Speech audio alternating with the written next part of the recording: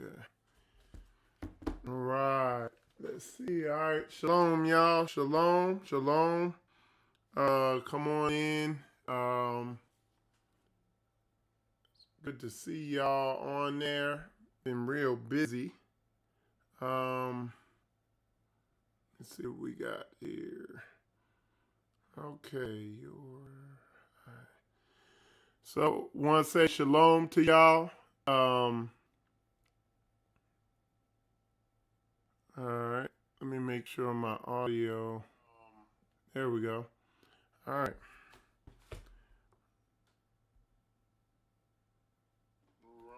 There we go. Okay, so want to say shalom to y'all. Good to see y'all in there. As you can tell by the title. And I had told y'all everybody in an earlier episode, probably last week, that my father he wasn't in good shape. He had what's that called? Colon cancer, and they had removed it, and he was going through chemotherapy, and they suspended that because of the COVID-19 thing, and and I had talked to him. We had some serious talks. But my mother and my brother called me this morning and let me know he had passed away at 9. And the doctors had told us that what the situation was. But I just got some stuff I want to bring out that I think will be a blessing, to those who follow Michael Israel and Spiritual Combat. All right, I see all y'all coming in. Good to see y'all in there.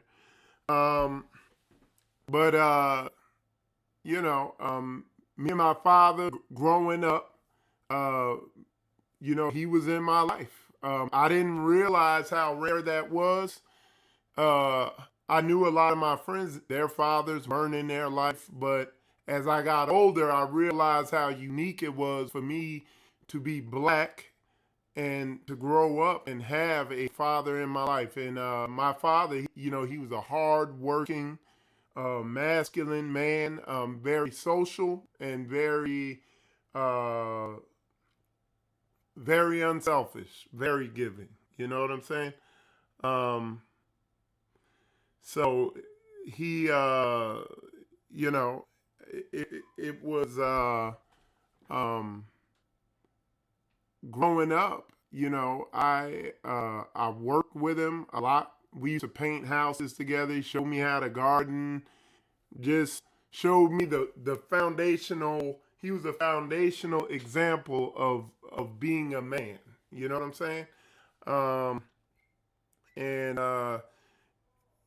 he too, in his life, he had a very big family. I think it's over 10 brothers and sisters. And his father was killed. His father, or my grandfather, had some type of business, and what they think happened is, like, his business was so good that one of the Italians snuck up on him and hit him in the head with like a crowbar or something like that. So anyway, my grandfather died at when my father was like 13 years old or something like that. So my father kind of grew up. His older brothers kind of raised him. But yeah, I appreciate him. I did a show a while back, and I was on in our group that we have. Hey, how you doing, Joseph? Good to see you in there. That's one of my family members in there. So, but yeah, my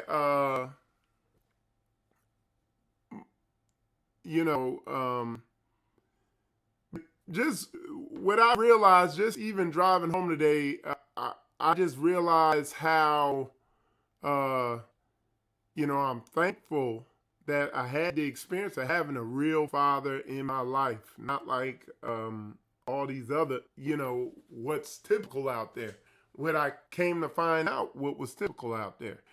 So I'm thankful for that. What was the other thing? You know,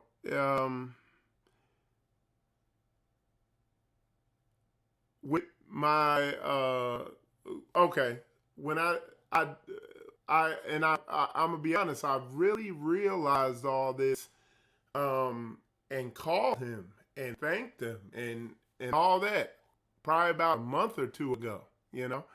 And then we had subsequent conversations, and I talked to him about, hey, I was like, this corona. All right, hold on.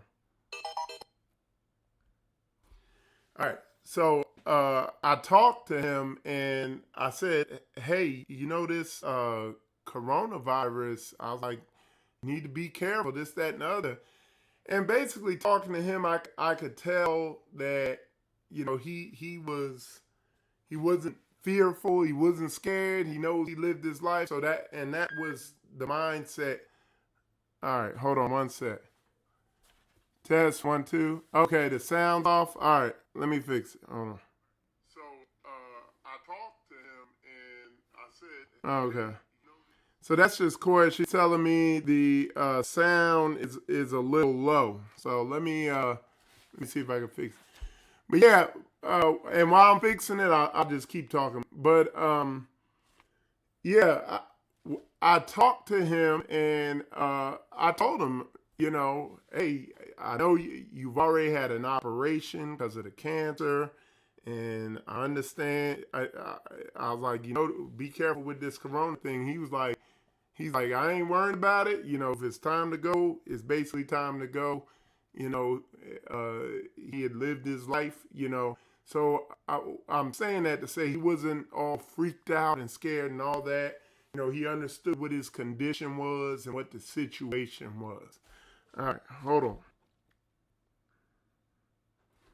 All right. Let me see. Yeah, he was in his 80s. Okay, so yeah. All right, let me see if I can fix this sound, y'all. I'm gonna unplug this mic and plug it back in and see what I can make it do. It might make my voice sound real high, so y'all let me know. So hold on one sec. All right. Let's see.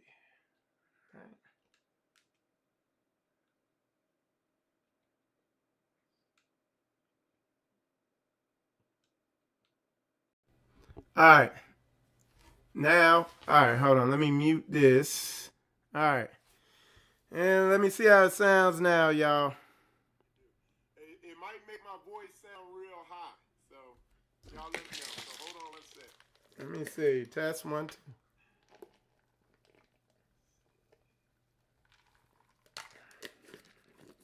All right. I'm just waiting to hear. All right. Is that people are saying it's better now? All right. Now, all right, hold on. Let me mute this. Okay. All right. Okay. Let me see how it sounds now, y'all. Okay. So we're good now. So,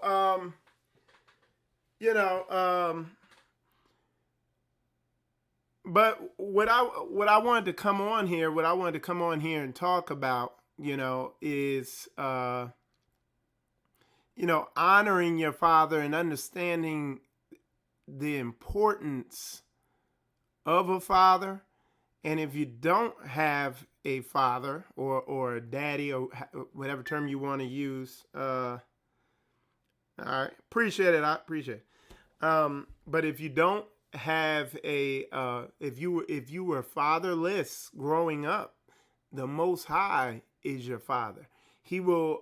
Me and some of the brethren were having, because down here in Florida, Straitway, Florida, down here, we are,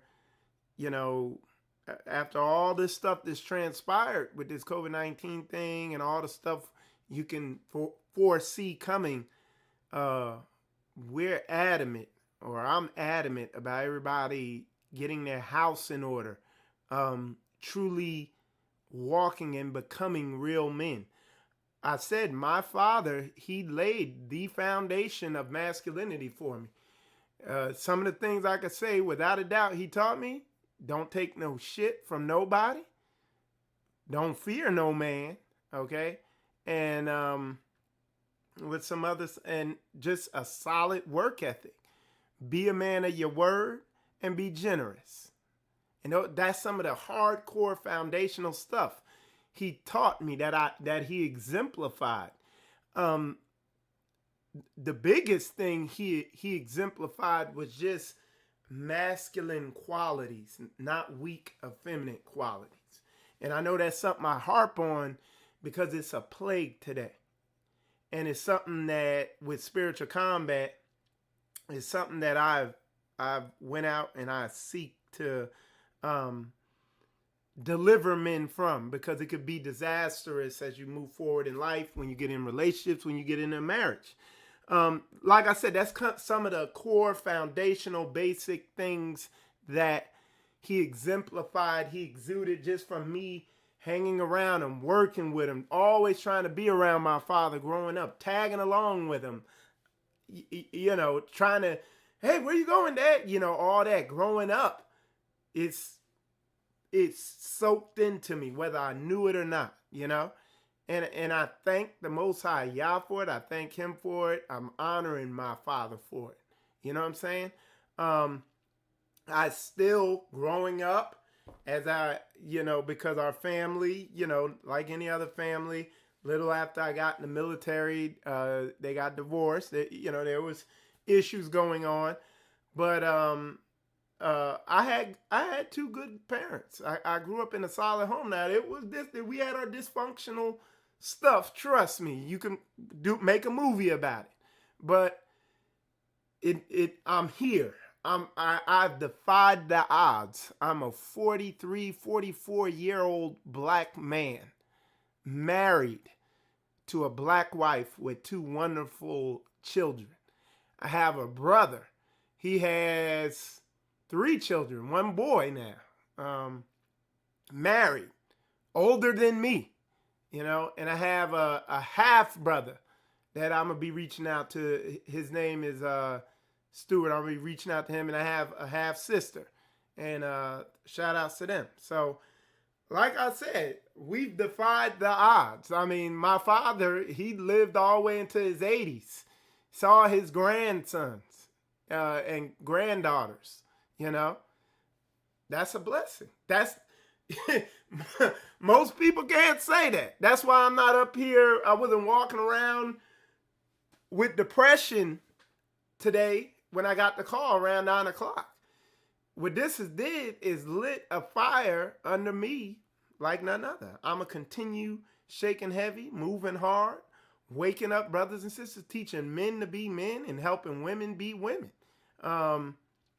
Doing the Most High's work, wherever it may lead me. Yeah, brother Jeffrey and Annette. Yep. Hopefully they watch. And that's one of my cousins there over there, Joseph Williams, that you see over there on Facebook. Okay, one of my family members. And he follows. I think he follows this show. So, but yeah, to me, it's inspiration. I think, and the Bible says it too. It's better to be at funerals than parties. Knowing where you're gonna go eventually. And you want to leave some type of legacy. But the war continues, and y'all don't get it twisted. Folks could say whatever they want. It could be whatever type of division there is, but we are at war, and the weapons out there are so deceptive and so subtle. Like I said, diet, and the medical system, the medical establishment, is what is killing people. Okay. And the answers are here. The solutions, the ways of healing, they are here. Okay. And, we don't have, there's no excuse to not um, take advantage of them and be ignorant.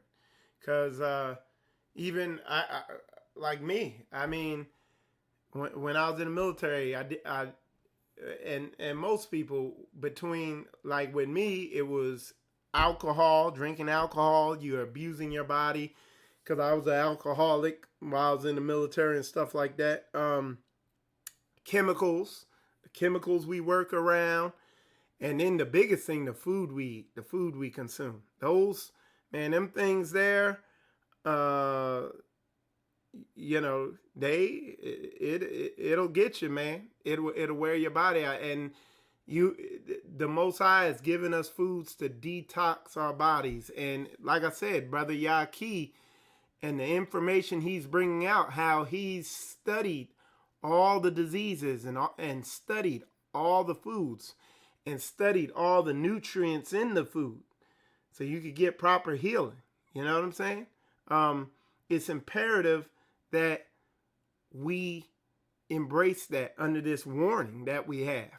I mean, you see a lot of the people succumbing to this disease, to this plague, or whatever you want to call it. They have compromised immune systems for one reason or another. So to me, this serves as inspiration and a motivator to get my health even more in line. And even more so, even bigger is, the brothers and sisters I'm building with down here, my immediate family, Koya, and the children. It's imperative that we diligently operate the way we need to the way the Bible tells us to operate. What do I mean? I'm talking about my wife operates in her role, okay? And me as a man, and this is the most important thing, it's imperative that as a man, I operate in my role as leading this household. You know what I'm saying? It's imperative, okay? So, and that's what's gonna happen. But that's what's been happening. You understand? But it's okay. Let's see. Okay, I appreciate y'all. People are texting me and stuff like that. But we, and we're seeing it down here. We're work. All right, hold on. Let me mute this so it doesn't. Okay, there we go. Okay. So yeah, so it's imperative that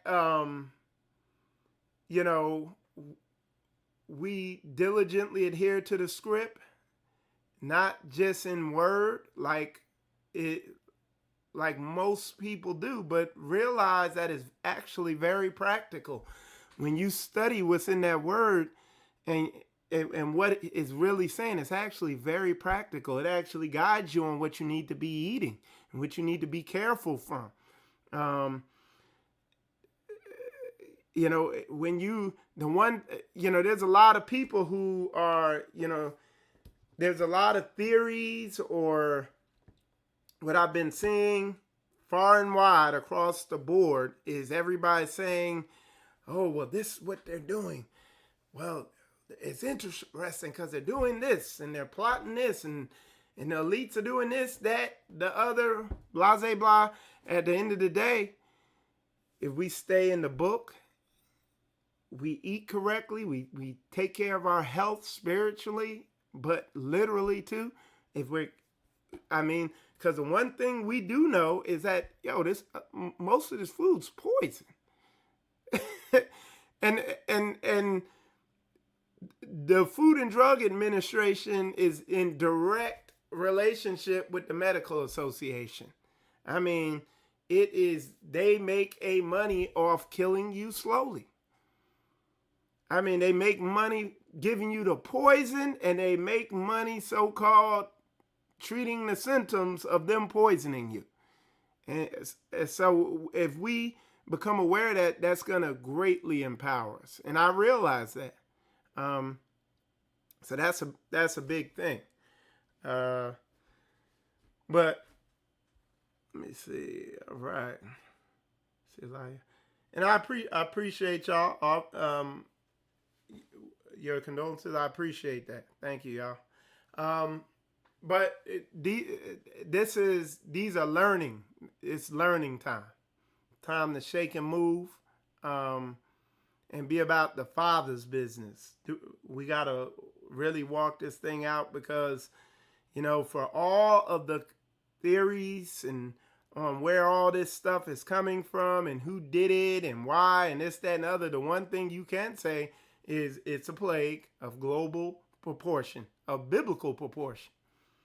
So if it's of biblical proportion, do what the survival scrolls say. And that's what we're going to do. We're going to stay focused on that. I'm not meditating on the elites and what Satan's leading them to do. I'm doing what the books say and focusing on that. And that's going to get us right. But yeah, man. But yeah, that's, I'm just thankful to have had a father, a dad like I had, like me and my brother had growing up, who, and I realize how unique it is in this day and age to have had the experience I had, having a father who's a real man in your life, growing up, being that example, just showing you the foundational stuff that you need to see. I'm thankful, man. I'm happy that I got that because I see the ramifications of not having it. I saw all the people who passed away early, who were around me, growing up, and now in these years now, getting understanding, having the understanding I have now I understand why. I see the link. I can make the link on, why what happened to them happened. Okay. All right. So let me see what y'all saying over here. I see y'all putting up. Okay, y'all. I see y'all offering your condolences. I appreciate it. Yep. Yep. And for me, like I said, it's added motivation to you don't want to take the time. You don't want to take this time that you have out here on this proving ground. You don't want to take it lightly. You know what I'm saying? It goes quick. It's like there's memories I have of me and my father and my brothers hanging out and stuff like that. My brother knows out there on Route 22, we call it hanging out, where we just go to all these different stores and stuff, just being around our pops on his days off. Man, it's like yesterday. It's crystal clear.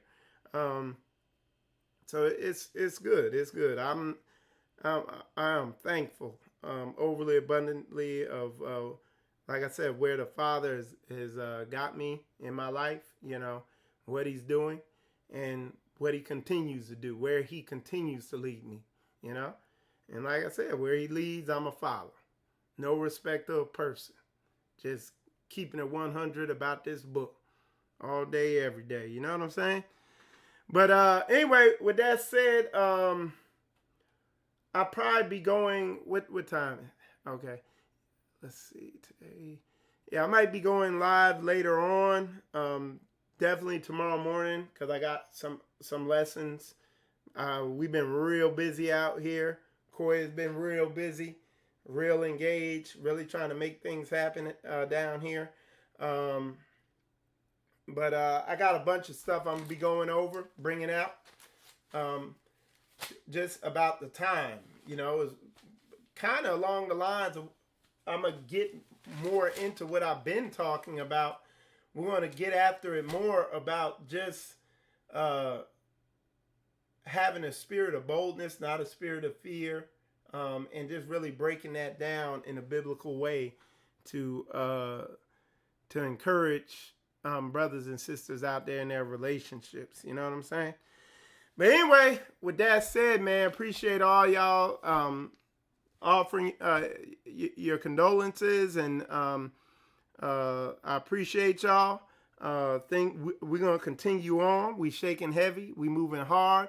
We not veering left. We ain't veering right. We coming straight down the middle. Spiritual combat. The battle continues. Appreciate y'all. Shalom, shalom.